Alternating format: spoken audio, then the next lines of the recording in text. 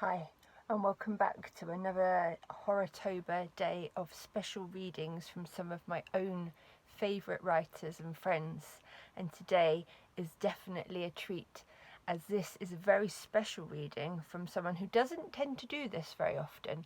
So I'm privileged that he's done it for me and the channel and for all you guys to listen to. And this is also a special story because it was originally just for his patrons. So I present to you today a very spooky Halloween story from none other than Tim Meyer. And make sure when you finish that you go and buy all of Tim's books, because he is a phenomenal writer, absolutely amazing person, and I think that he is one of those writers that you need to watch because he is going places. And he's super nice, so make sure that you watch him on Final Guys and anything that he is guesting on as well, because he's super lovely to listen to. So without further ado, I present to you Tim Meyer. Hey everyone, Tim Meyer here. I'm going to be reading a short fiction piece for Janine's Horrotober YouTube channel. Thank you, Janine, for inviting me to do this. I really appreciate it. So, without further ado, I'm just going to get right into the story. It's called Milton's Way, and it was originally published on my Patreon. So, here we go. Sorting through this year's loot, Davy Rhines pulls a Milton's Way candy bar from the center of the pile. He stares at it, unable to recall if he's seen this particular brand before. The 6-inch chocolate bar shares a resemblance to another candy bar of an almost identical name. He flips the candy over and reads the packaging, although there isn't anything for his eyes to digest save the moniker printed on both sides.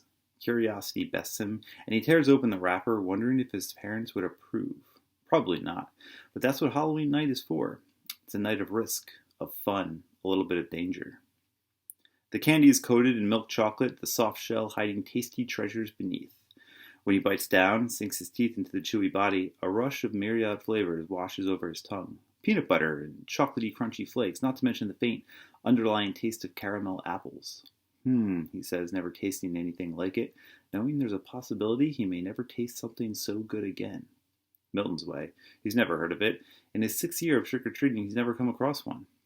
Then, suddenly, something stabs his brain. Needle-like pricks dance behind his eyes. Flashes of light nearly blind him. Suddenly, he's not in his kitchen. He's standing in a cavern, towering infernos blazing all around him. There are flying things circulating in the vacuums of space above him, great beasts with the arms and legs of human beings, with wings of a bat. Horns. Huge antlers extending out of their foreheads. They have normal people in their arms as they circle like gulls over a parking lot rife with trash. Screams echo throughout the great cavern, as does the snarls of these hellish monstrosities. Davy wants to run, but there is nowhere to go.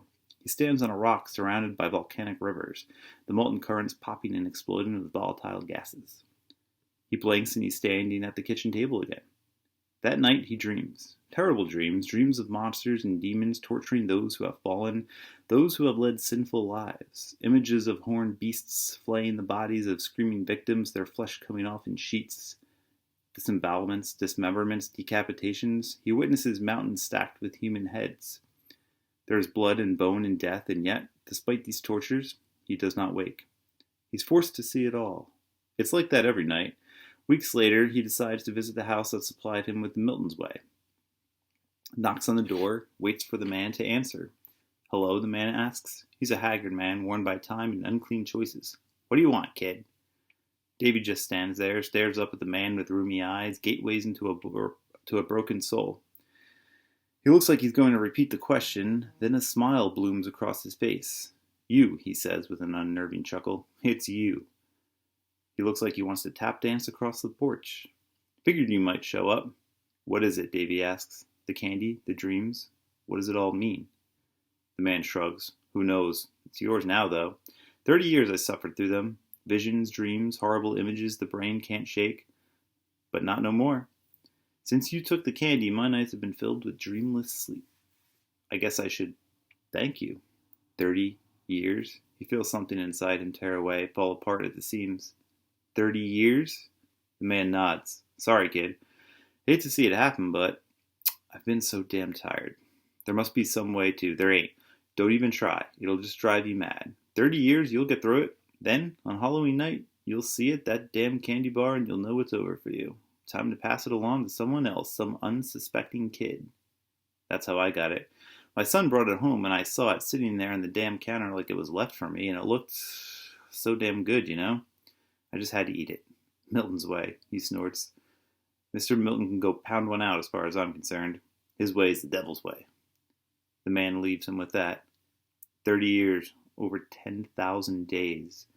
Each night filled with unspeakable horrors. Dreams of disgust and torture, visions of stripped flesh and bloody, violent amputations. Many sleepless nights. Some nights he didn't dare close his eyes. No matter, Milton's way got him anyway. He'd be walking to school or into work, and then it would hit him.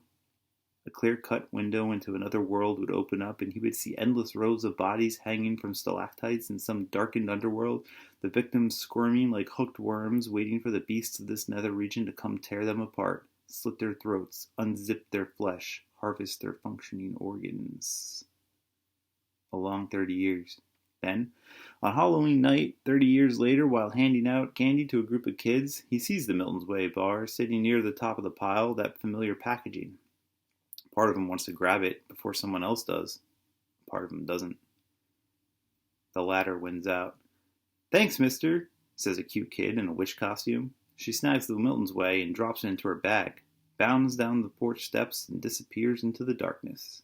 He watches her go, damnation trailing closely behind. And that's it. Thanks again, Janine, for hosting me. I hope you enjoyed that little flash fiction piece. And everybody have a great Halloween and stay safe out there.